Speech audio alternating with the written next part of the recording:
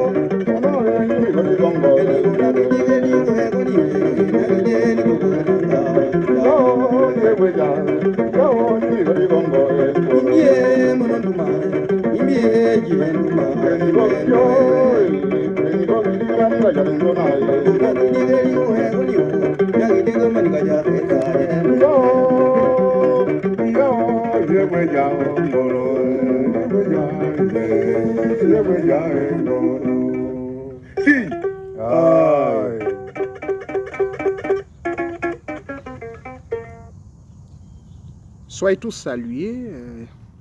Merci une fois de plus d'être sur ma chaîne YouTube, l'élu des Tétans Nzambé Tout-Puissant. L'enseignement d'aujourd'hui, ce vendredi, va être sur 2 sous-thèmes. Mais le thème principal est comment faire en sorte que le monde dans lequel nous vivons ne nous affecte pas. En d'autres termes, je dirais le thème principal est comment libérer notre esprit de toute émotion ou des moindres troubles.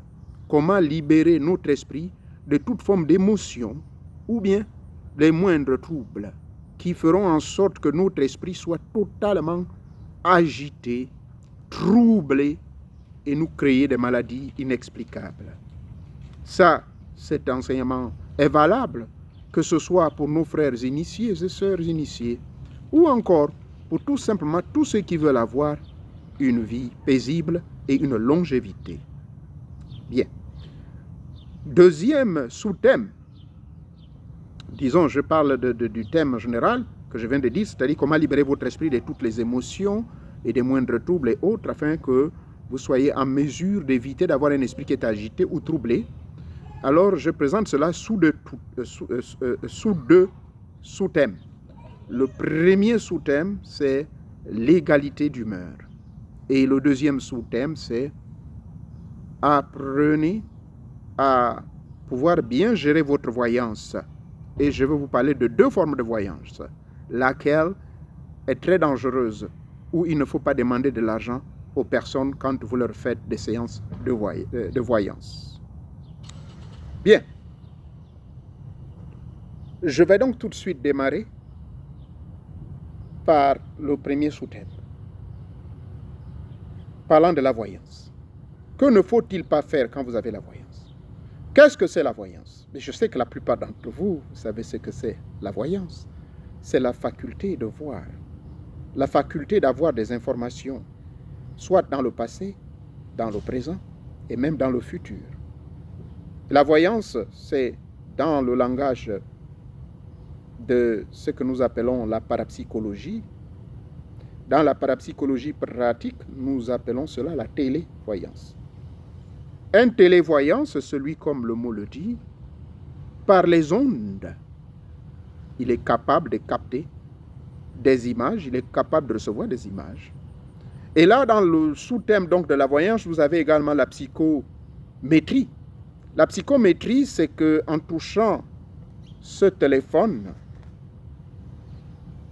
qui est passé sous diverses mains, je peux avoir des informations. Je peux avoir au moins l'image de la première personne qui a acheté ce téléphone. Bon, c'est bien moi-même. D'accord? Mais si c'est un téléphone que vous ramassez, eh bien, il y a des techniques de psychométrie ou des techniques psychométriques que vous pouvez faire depuis chez vous. L'une des méthodes les plus simples, c'est de prendre un caillou que vous allez ramasser quelque part. Vous allez laver ce caillou soigneusement. Après l'avoir lavé, vous le mettez dans un tissu blanc et vous laissez ce caillou dans ce tissu blanc pendant 24 heures. Et vous, de votre côté, vous vous douchez, vous vous concentrez, vous créez les exercices de vide du mental, du calme du mental et autres de méditation. Le lendemain, vous allez prendre cette pierre et vous allez vous concentrer dans votre coin de la chambre ou du salon. Vous mettrez cette pierre sur la paume, donc au centre ici, vous gardez, vous la maintenez, vous fermez les yeux. Et bien vous aurez toutes les informations. Ça, c'est ce qu'on appelle la psychométrie, qui est une forme de voyance. Il y a aussi une autre forme de voyance qui résulte tout simplement de l'ouverture de vos chakras, l'ouverture de vos centres psychiques, qui vous, désormais, vous êtes un avec votre double. Ça prend du temps. Moi, ça m'a pris personnellement entre 7 et 8 ans de pratique régulière jusqu'à être en mesure de pouvoir lire les pensées des gens. Mais le danger avec ça, c'est qu'il ne vous est pas autorisé par ces dons de voyance d'éjecter par votre pensée le mal sur les autres. Dès que vous tentez de le faire, vous allez perdre vos facultés psychiques. Parce que Dieu vous a donné gratuitement, bien que vous soyez passé par des entraînements intenses. Vous ne pouvez pas vous imaginer les ascèses que j'ai dû subir. Heureusement, à l'époque, je ne connaissais pas encore les femmes. Je ne touchais pas au sexe. C'est autant d'épreuves, sous couvert de ce que nous appelons les ascèses initiatiques, que vous pouvez, au fur et à mesure, par une campagne d'entraînement spirituel bien établie, d'éveiller votre esprit. Donc, la voyance, c'est voir ce que le commun des mortels ne peut pas voir avec les yeux physiques. Vous, avec les yeux spirituels, voulais-je dire. Nous tous, avec nos yeux physiques, on peut voir certaines choses. Mais avec les yeux spirituels, là, je fais allusion à notre corps divin. C'est sous couvert de notre corps divin qu'on peut avoir des informations. Cela résulte d'un travail, d'une campagne d'entraînement, pour ne pas me répéter. Ça, c'est la première forme de voyance naturelle et surnaturelle avec le temps que vous développez. Il y a des exercices pratiques pour cela. Et généralement, je donne 2 à 3 exercices au cours de mes séminaires et vous verrez que ces exercices vont réveiller votre don de voyance.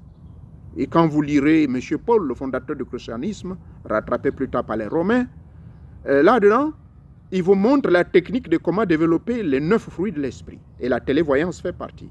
Si vous partez dans le psaume 39, j'avais montré, il y a de cela près de 3 ans, une technique que vous pouvez appliquer à travers la mystique chrétienne, comment développer votre don de voyance en lisant le psaume 39 pendant un certain nombre de fois.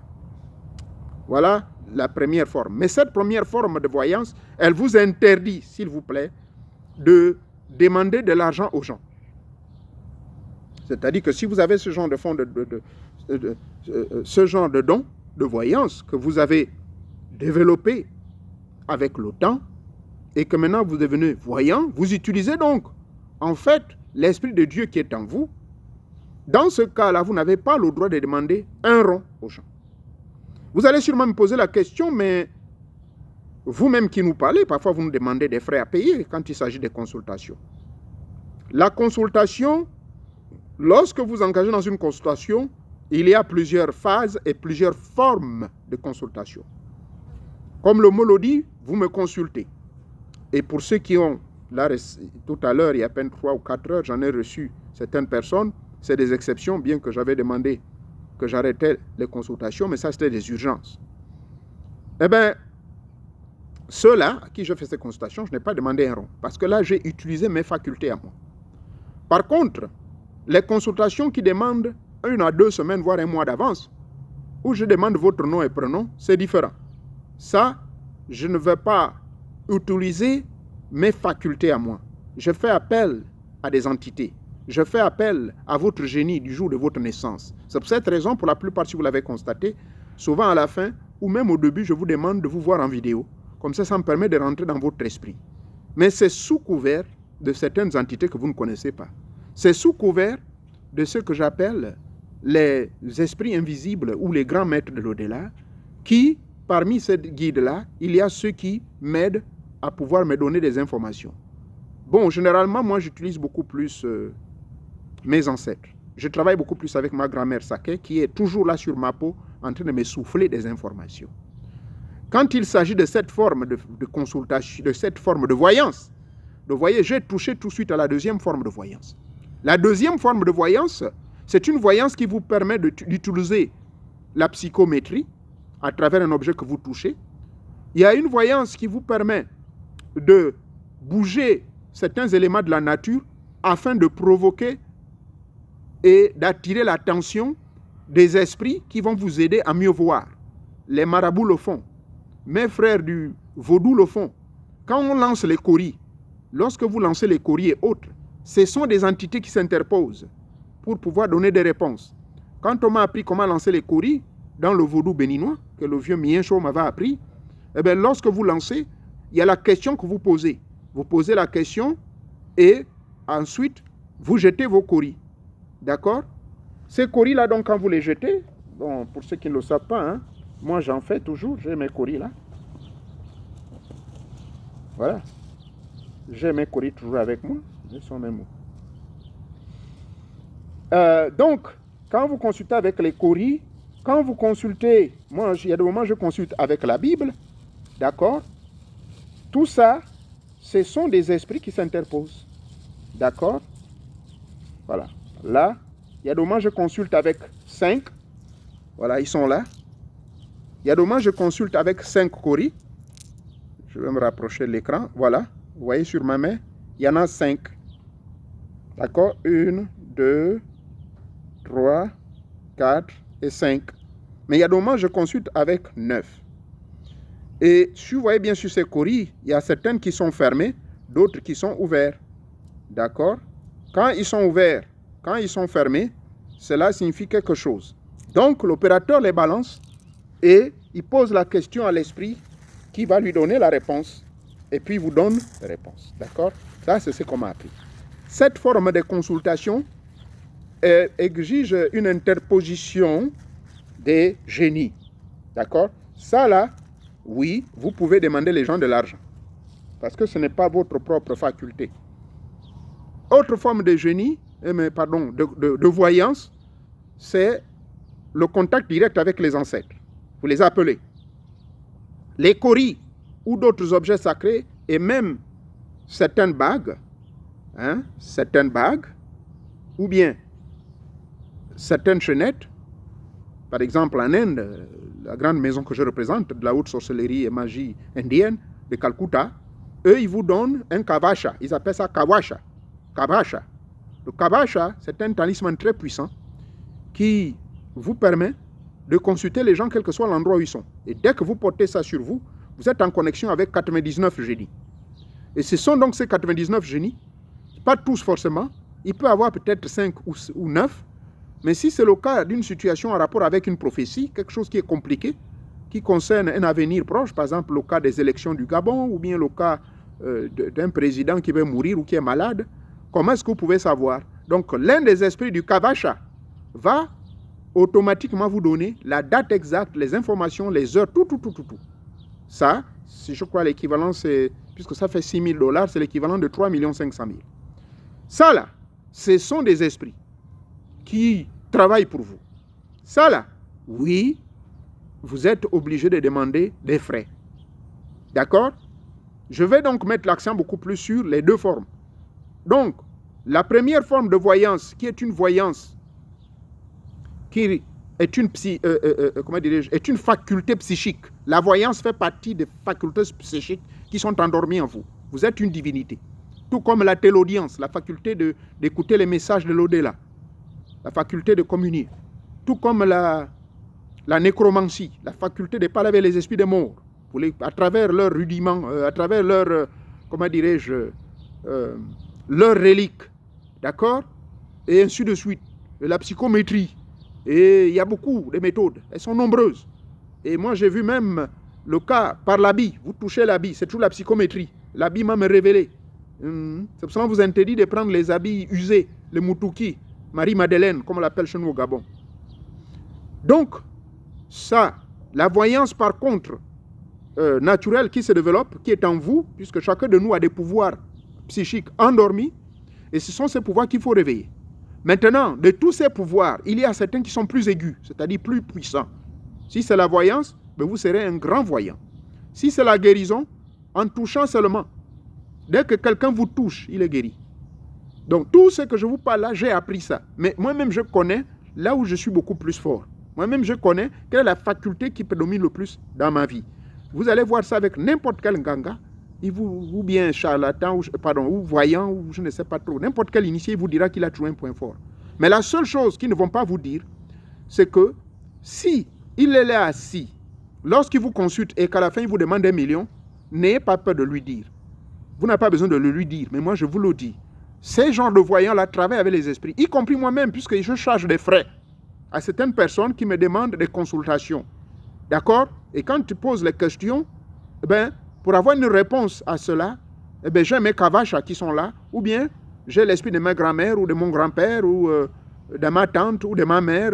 Ça dépend de tous les côtés. En tout cas, j'ai gardé de bonnes relations avec certaines personnes au sein de ma famille. J'ai fait le rite de comment être en communion avec l'ancêtre le plus puissant de votre clan, de votre famille.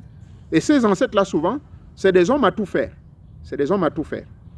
Donc ça, je suis obligé de vous demander de l'argent. D'accord? Soit 100 000 francs, 200 000. Voilà. Et il y a des gens qui vous demandent jusqu'au million.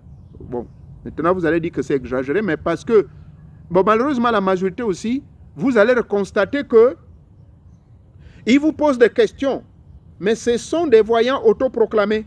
Ils n'ont pas vraiment, ils ont peut-être le don. Ils ont sûrement ce don ensommeillé en eux, hein? Rassurez-vous.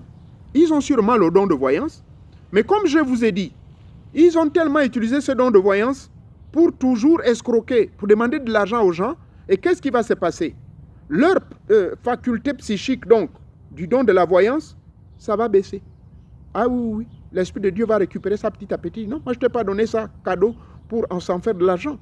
Donc il faut être clair. Tous mes frères qui sont des voyants, quelle forme de voyance vous utilisez? Si vous utilisez la forme de voyance naturelle que vous avez développée, ne demandez pas de l'argent aux gens. Tout comme moi, quand je guéris les gens à travers les techniques du Reiki, je ne demande aucun sou. Mais maintenant, si vous demandez une séance de Reiki pour vous énergétiser, pour créer l'équilibre de ce qu'on appelle... j'ai discuté tout à l'heure avec l'une des étudiantes qui me parlait même de ça, le massage tantrique. Alors là, ce sera payant. Parce que quand elle fait son massage tantrique, elle fait un grand travail pour permettre la circulation de vos énergies en vous, pour vous permettre d'être en intensité énergétique. Et vous savez que l'énergie, lorsqu'elle circule librement en vous, mais c'est la même énergie qui vous permet aussi de bander et d'avoir tous les désirs nécessaires, mais contrôlés sous le contrôle de votre esprit. Ok? Donc, voyance développée, première partie. Cette voyance, ne demandez pas de l'argent. Mais la voyance achetée, la voyance héritée, la voyance que vous avez reçue par des esprits où on vous a initié et on vous a donné des massiques qui travaillent pour vous, on vous a donné des génies, on vous a donné des kabachas, pour le cas de mes amis de l'Inde, et bien d'autres. Et même dans le mouvement Tidjan, mes frères musulmans qui maîtrisent ce côté-là, c'est la voie mystique de l'islam. Ils ont ces dons-là de consulter. Ceux-là, ne soyez pas surpris quand on va vous demander de l'argent. Attention, mais les gens font la confusion. Il y a des marabouts qu'on dit qu'ils sont escrocs, mais parce que ces marabouts, au départ, ils ont des facultés psychiques naturelles, mais ces facultés-là baissent au fur et à mesure qu'ils exploitent l'argent des gens. Référence, qu'est-ce qui m'a dit ça? C'est mon professeur de sciences occultes, monsieur, vous connaissez peut-être pas vous n'allez peut-être pas connaître ce monsieur-là, je préfère taire son nom, il ne m'a pas autorisé. C'est mon professeur de yoga tibétain. Il m'avait expliqué que quand tes facultés se mettent en marche, et ça je l'avais remarqué, quand je commençais déjà à avoir beaucoup de flashs, et quand une fois j'étais accablé, je dis au monsieur, écoute, tu me donnes 5000 francs là, parce que j'en ai besoin, et je vais te faire des révélations. Et j'ai fait ces révélations, le monsieur m'a donné 5000. J'ai commencé à faire cela pendant 2 ou 3 mois, je constatais que ma tête commençait à se vider, mon corps se vidait. Et c'est là où le professeur va me dire, voilà, c'est pour cette raison qu'on vous interdit de demander de l'argent. Jésus, des chrétiens, que moi personnellement je ne crois pas, d'accord, je dois être clair, parce qu'il ne faut pas que les gens viennent encore dire, oh, tu nous embrouilles, tu nous parles de... Non, je prends un exemple parce que c'est les exemples populaires qui est écrit là-bas que lui, il a guéri un aveugle avec la terre. C'est une technique que je connais, vous pouvez utiliser votre propre humus, là, la terre, là, et créer des machins, des guérisons. Même faire des masques. Je vous ai montré cette technique, c'est sur ma page Facebook, le guide inconnu de Theta Nzambe. C'est là-dedans. Vous verrez cette technique, la même technique que Jésus utilise, je la démontre là-dedans. Voyez-vous? Donc, il a guéri les gens. Il a même dit des voyances à la dame au puits. Souvenez-vous, lorsqu'une pauvre dame est allée puiser de l'eau, il était même interdit à un juif d'approcher ce genre de personnes-là. Là également, il a fait des révélations. Mais c'est par rapport à quoi? Mais parce qu'il avait le don de voyance. Il n'avait pas demandé un rond. Par contre, les autres formes de voyance, qui est la deuxième forme, la psychométrie, je ne sais pas moi. Non, encore la psychométrie fait partie du développement de soi. Vous n'avez pas demandé de l'argent pour ça. Consultation, vous êtes assis chez vous, vous avez un cabinet de consultation et vous faites des voyances à distance ou de près. À travers la boule de cristal aussi, c'est interdit. Je vous répète que si vous faites des consultations à travers la boule de cristal, c'est pas bon, c'est interdit. Puisque quand on consulte à travers la boule de cristal, on fait des exercices, on fait une campagne d'entraînement dans l'eau noire et tout et tout et tout. Je ne vais pas rentrer dans le détail. Mais les voyances qui consistent à travailler avec des entités, à travailler avec des esprits, c'est cela dont je fais allusion. Est-ce que ce chapitre est clair? Maintenant, nous allons passer au deuxième sous-thème. Je m'assure que c'est en moins d'1 heure, au plus 40 minutes. Comment libérer son esprit de toute forme d'émotion, des moindres troubles, dépassés par les événements politiques. Et c'est que le cas, par exemple, pour notre pays, le Gabon. Trop de choses se disent. Et les gens même se battent. Et vous savez, et la panique générale, ah oui, c'est la panique générale. Il y a une psychose, il y a une névralgie psychologique, il y a une forme de paranoïa en ce moment. Des audios qu'on écoute. Oh, vous les militaires, on va vous tuer, on va vous buter. Oh, les chefs du gouvernement, on fait défiler les photos des gens. Tout ceci, je vous le dis en vérité, ça là, votre esprit se remplit de toutes ces émotions-là. Votre esprit se remplit de tous ces troubles émotionnels.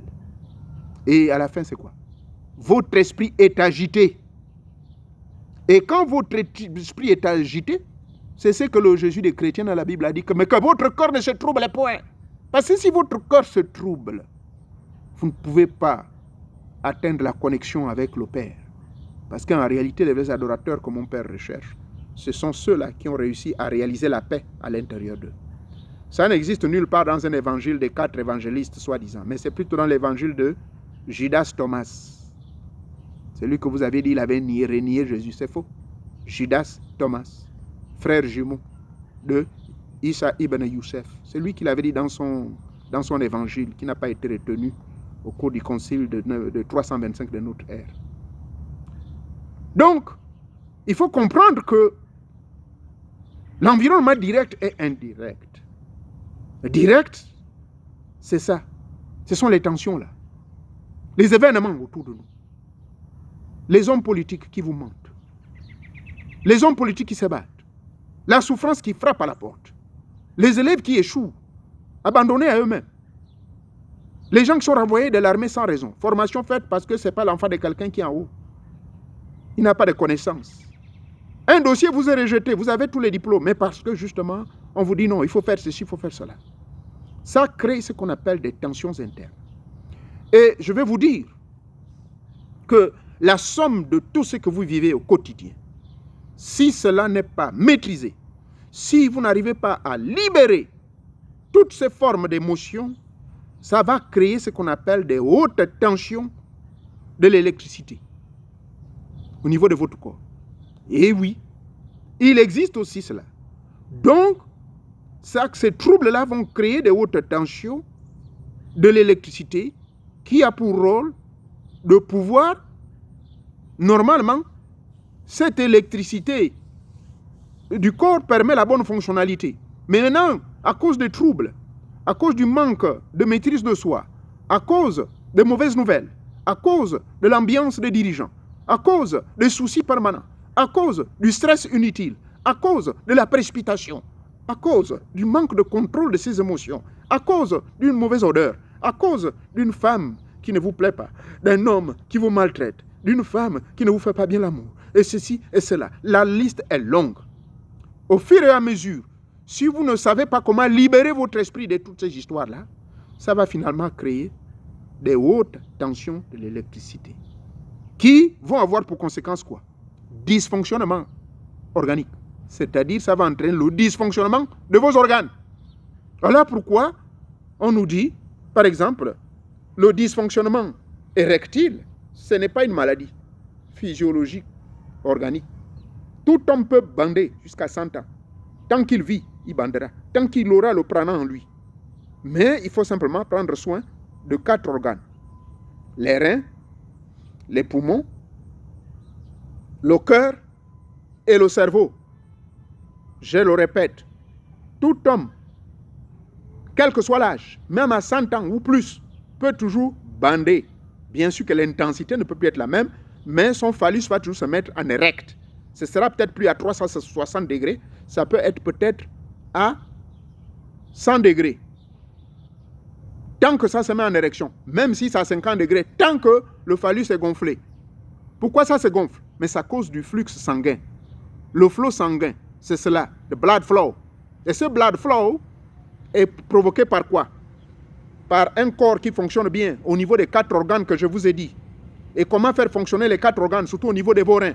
Si vos reins fonctionnent bien, vous ne prenez pas d'alcool, vous buvez seulement de l'eau, voilà, vos reins vont vivre pour toujours.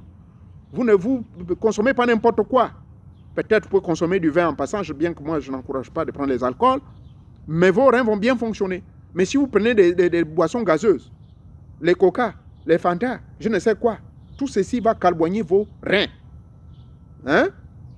Les poumons, si vous fumez trop, vous prenez la drogue, le chanvre, la cigarette, tabac Congo, je ne sais pas, Braza, ou bien du Nil, Marlboro, tout ceci va empoisonner vos poumons. Pourquoi? Parce que les poumons doivent être aérés. Et oui, l'oxygène qui passe par vos poumons sous couvert des alvéoles pulmonaires ont pour rôle non seulement d'aider votre cœur à faire une meilleure pompabilité, mais surtout de bien nourrir votre cerveau. Parce que le cerveau se nourrit de l'oxygène. Et ça, il faut le comprendre. Donc, il y a une relation sine qua non entre les poumons, le cœur et le cerveau. Les reins, bien sûr, nous savons ce qu'ils font. La purification de tout le reste du corps.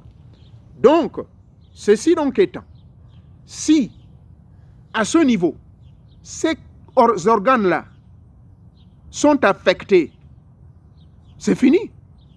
Donc, votre sexualité dépend du fonctionnement de ces 4 organes. C'est cela, c'est aussi simple. Si vous êtes trop stressé au niveau de votre cerveau, sous couvert de l'encéphale, ou même de l'hypothalamus, le centre d'enregistrement de toutes les sensations. Tout ce que vous voyez vous perturbe. Tout ce que vous entendez, ça vous met dans des troubles. Ça agite votre esprit. Mais ça va affecter le fonctionnement de vos organes. Et cela est clair. Vous êtes en face d'une femme qui est grosse, qui ne vous plaît pas, c'est fini. Vous ne pouvez pas avoir le machin. Ou bien la femme ne vous caresse même pas. Tout ceci entraîne à ce genre de panne électrique. N'oubliez pas que c'est la haute tension électrique. Et ça nous paralyse. C'est donc ceci qui a pour organe et pour conséquence le dysfonctionnement de nos organes. Et ça va créer quelque chose qu'on appelle le suc. Pas le sucre, SUC.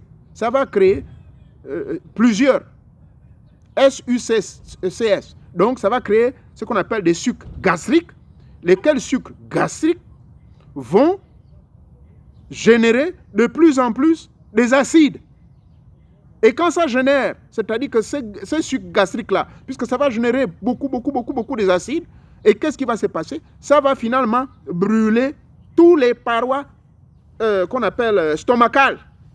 Les parois stomacales veut dire les parois de votre estomac, et voire même les entrailles, mais pour ne pas dire les intestins. Vous voyez? À cause de quoi? De ces hautes tensions. Mais ces hautes tensions résultent de quoi? Ces hautes tensions électriques résultent des troubles de votre esprit. Moindre chose, c'est fini. Mais vous partez à l'église tous les jours. Votre Jésus dit que votre esprit ne se trouble point. Veillez dans la prière. Concentrez-vous. Soyez occupés. Priez sans cesse. Méditez sur la parole de Dieu. Josué 1, verset 8. C'est pas cela. Mais il y a une raison fondamentale. Quand vous appliquez la mystique chrétienne, vous qui êtes dans les églises, c'est le véritable problème. Vous voyez les dangers que ça fait. Ces sucs gastriques-là, tant qu'ils ne sont pas contrôlés. Mais pour nous les initiés, quand je parle de nous les initiés, c'est-à-dire que ceux qui connaissent véritablement ces secrets-là, nous faisons tout pour diminuer le taux de sucre gastrique. Pour qu'il y ait moins en moins ces acides. Parce que ce sont ces acides-là qui contribuent à brûler les parois de nos intestins et tout. Voilà, brièvement, ce que je vais vous dire sur ce. Mais je vais vous donner le remède. Mais avant d'en arriver au remède, au traitement approprié pour ce genre de problème-là, comment libérer votre esprit de ces émotions-là, je vais vous donner la technique, afin d'avoir ce qu'on appelle l'égalité d'humeur. N'oubliez pas que ce sous-thème, c'est l'égalité d'humeur. Égalité d'humeur. Bien, il faut vous rappeler ceci. Rappelez-vous que quand vous êtes attristé, quand vous êtes abattu, quand vous êtes de mauvaise humeur, quand vous êtes dans des états colériques, il faut vous poser la question, mais pourquoi suis-je dans cet état? Qu'est-ce qui a créé de me mettre dans cet état? Mais pourquoi j'autorise que ça me mette dans cet état? C'est pour cela, vous verrez le cas du Gabon, certaines personnes vous diront, ah mon frère, pardon, ne me parlez pas. Vous me dites élection, mais c'est le même PDG qui va gagner. Pourquoi? Parce que la conscience collective de la majorité des Gabonais, ils sont infectés par cet état d'esprit, car leur espoir, depuis, pour certains, ils n'étaient même pas nés, depuis 1991 que la nouvelle constitution avait été établie, première élection au lendemain de la démocratie, 1993, et pourtant l'opposition a gagné 0. 98, 0. 2005, 0. 2009, 0. 2016, 0. Alors, vous allez nous dire quoi? Que 2023, là, il y aura quoi? Donc, les gens sont empoisonnés ici. Donc, vous devez vous rappeler que si vous êtes attristé, vous êtes abattu, posez-vous la question, mais pourquoi suis-je arrivé là? Mais en fait, est-ce que c'était nécessaire que je sois dans cet état? Si vous êtes dans cet état, vous devez faire tout pour pouvoir réparer cet état de choses. Il faut le faire. C'est vous-même qui vous faites du mal. Vous ne vous rendez pas compte que vous-même vous faites du mal. Regardez ce que je vous ai dit au début. Vous créez ces acides-là. Les fameux sucs gastriques. Ces sucs gastriques-là vont générer de plus en plus des acides, lesquels acides vont finir par vous créer des brûlures au niveau de vos estomacs. Et après, surtout nos mamans, j'ai mal à l'estomac. On confond tout. Mais c'est ces acides-là. Ce sont ces acides qui finissent par brûler votre estomac, madame. Et c'est surtout les femmes qui sont victimes de ça. Donc, il faut vous poser la question, mais pourquoi cet homme-là me fait ça? C'est quoi cette affaire? Soit vous jouez la vie de l'hypocrite, vous allez maintenant avoir un autre homme qui va vous prendre, auprès de qui vous allez prendre votre pied, chose que je n'encourage pas, mais demandez tranquillement le divorce. Vous voulez seulement être là à cause du nom? Et ça, c'est autant de choses, je vous prie, que vous devez prendre en considération, expliquer, pardonnez, les enfants là, ils me font du bruit là.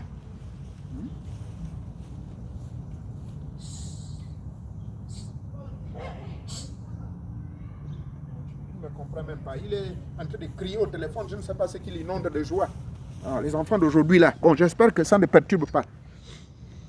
Donc, comme je le disais, il faut éviter de voir des choses qui vont vous mettre mal à l'aise. Il faut éviter d'être dans un milieu qui va contribuer au trouble de votre esprit. Il faut éviter au maximum ce genre de comportement. Et vous-même, ne soyez pas aussi la cause. Parce que c'est bien beau d'aller prêcher aux gens. Oh, ne fais pas ceci. Oh, mais en temps, vous-même, vous êtes colérique. Vous-même, vous avez un défaut. Vous avez des colères explosives. Vous ne pouvez pas résoudre le problème. Donc, c'est vous-même qui vous faites du mal. C'est vous-même. Si vous tolérez cela, c'est vous-même. C'est tout. Ne vous laissez pas aller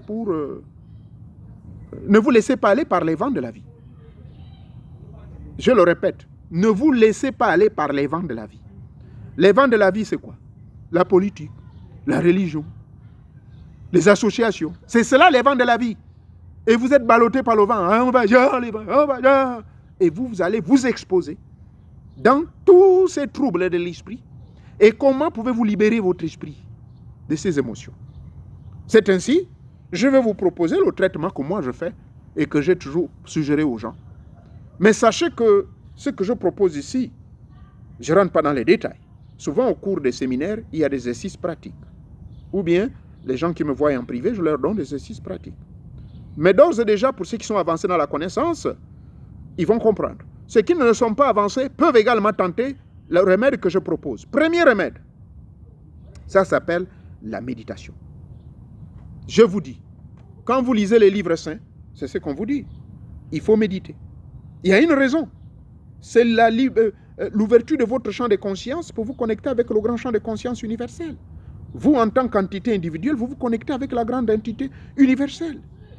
Ça paraît simple, mais j'explique aux gens comment on médite. Avant de méditer, il faut d'abord, si votre esprit est effectivement très troublé, vous ne pouvez pas bien méditer. Donc, pour éviter donc cela, il y a un enseignement, il y a une vidéo qui est ici, que j'explique comment la méditation se passe. Il faut faire d'abord ce qu'on appelle la rétrospective. Cette rétrospective, c'est d'abord le bilan de la journée. C'est-à-dire, qu'est-ce que j'ai dit, qu'est-ce que j'ai fait, mais mon Dieu, et ensuite refouler, blâmer tout ce que vous avez fait, afin de vider votre champ de conscience. Il faut aussi faire le bilan de la nuit. Le bilan de la nuit veut dire, ce n'est pas le bilan parce que vous avez fait l'amour, non. Le bilan de la nuit, c'est tous les rêves que vous avez eus. Soit par bilocation inconsciente ou par bilocation consciente. Vous avez voyagé dans l'espace et le temps. Est-ce que vous êtes allé rendre service aux gens? Est-ce que quand vous êtes allé à la réunion mystique en vampire là-bas, c'était pour aller engueuler les autres ou bien aller prendre du sang de quelqu'un? Tout ceci, il faut faire ce bilan-là. C'est ce que moi j'appelle la rétrospective active. Rétrospective active, c'est de faire un bilan dans le plan onirique et dans le plan physique matériel en faisant un peu une révision de ce que vous avez fait durant la journée et la nuit. Puisque la nuit, vous êtes en activité sous couvert de votre corps divin, c'est-à-dire votre double lumineux. Et la journée, votre corps matériel vous amène quelque part, votre conscient. Et si votre conscient vous amène dans des milieux qui ne sont pas bien, vous pensez que quoi? Ça va vous affecter. Donc, il faut la méditation. Cette phase donc que j'appelle la rétrospective ne s'arrête pas là. Après la rétrospective, que vous ayez blâmé tout ce qui s'est passé, et ceci se passe, d'être reposé comme moi je suis là, derrière la terrasse, en train de penser sous le vent et tout, sous les arbres, faire le bilan. Après ça, vous faites ce qu'on appelle, vous respirez 3 fois, 4 fois, après vous rentrez, avant d'aller à la méditation. Vous allez maintenant faire ce qu'on appelle créer le vide du mental. Parce que vous avez réussi à blâmer toutes ces négativités, toutes ces ondes nocives et tout, pour épargner et pour éviter qu'il se crée, c'est que les sucs gastriques qui se créent à partir des troubles de l'esprit là viennent vous embrouiller. Mais vous avez donc fait la rétrospective. Ensuite, vous rentrez en l'intérieur de vous pour créer ce qu'on appelle le calme du mental. Donc le calme du mental va être précédé ou du moins suivi par un vide mental. Ça dure quelques secondes et automatiquement, vous rentrez maintenant dans la phase de la méditation transcendantale, après des profondes respirations. Ça, vous le faites 3 fois par jour. Le matin, au milieu de la journée, donc à midi 00, et le soir, avant de dormir, entre 22h et 23h, vous faites cela. Vous verrez, votre corps va changer. Vous verrez. Et deuxième recommandation, ayez ce qu'on appelle, ne quittez pas s'il vous plaît, Please. Whoa. I'm recording, please. Yeah, thank you. Donc, deuxième phase, disais-je, la deuxième phase de mon remède que je vous donne, c'est toujours conserver ce que j'ai toujours appelé le flegme absolu. F-L-E-G-M-E. Le flegme absolu. Ce flegme absolu, c'est quoi? C'est d'avoir un calme olympien. Avoir un calme olympien. Comment créer ce calme olympien-là? Il y a des exercices que nous faisons. L'un des exercices se trouve, allez-y, abonnez-vous sur ma page Facebook, le guide inconnu de Tétan Nzambé. Là-bas, je montre la marche du sage. La marche du sage est l'une des techniques qui vous permettent d'obtenir le flegme absolu, c'est-à-dire le calme olympien. Voilà donc les deux remèdes que je vous suggère pour créer ce qu'on appelle l'égalité d'humour. Maintenant, cette égalité d'humour, d'humeur. Cette égalité d'humeur, c'est quoi? Égalité d'humeur veut dire, ce qui vous affecte, faites tout le possible de balancer. Ne gardez pas ça. Une mauvaise odeur qui vous a dérangé, n'osez pas exprimer votre désagrément. Oh mon Dieu, mais toi tu as pété, oh ça sent mal. Non. Dégagez, retirez-vous, essayez d'économiser vos gestes machinaux qui affectent également la performance de votre corps énergétique. Parce que votre corps énergétique ne peut être fonctionnel et être puissant, avoir une aura très puissante, c'est lorsque les pouvoirs électromagnétiques sont en étant d'ébranle. Je répète, votre esprit, votre corps ne peut avoir une aura très forte que lorsque les forces électromagnétiques sont en branle, veut dire lorsque l'électricité qui résulte de la mise en application d'abord de la maîtrise des trois corps principaux, le corps, le corps spirituel, le corps astral et le corps physique. Tous ces corps, il y a des exercices appropriés. Il y a au moins 3 vidéos où j'explique ces détails-là. Mais la partie technique, pratique, c'est souvent au cours des séminaires. C'est en appliquant donc ceci, plus les assais initiatiques. Les assais initiatiques, ce sont des interdits. Vous ne devez pas faire ceci, vous ne devez pas faire cela. Observez cela afin d'enclencher. Et c'est ainsi que j'ai appelé ça les 3 P. Préparation, on vous prépare le corps, on vous prépare tous ces corps-là.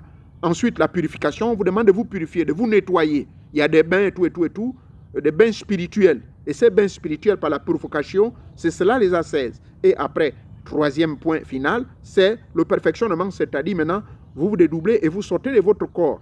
Mais pour arriver à ce niveau, pour créer donc l'égalité d'humeur, cette égalité d'humeur résulte de lorsque une énergie émotionnelle négative veut rentrer en moi pour éviter que mon esprit soit agité et troublé, qu'est-ce que je fais?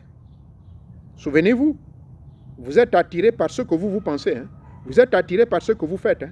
Vous êtes attiré par ce que vous-même vous avez créé, hein? La loi karmique. Donc, pour créer cette égalité d'humeur, donc, lorsque quelque chose se passe, posez-vous la question, mais quand même, pourquoi ceci arrive?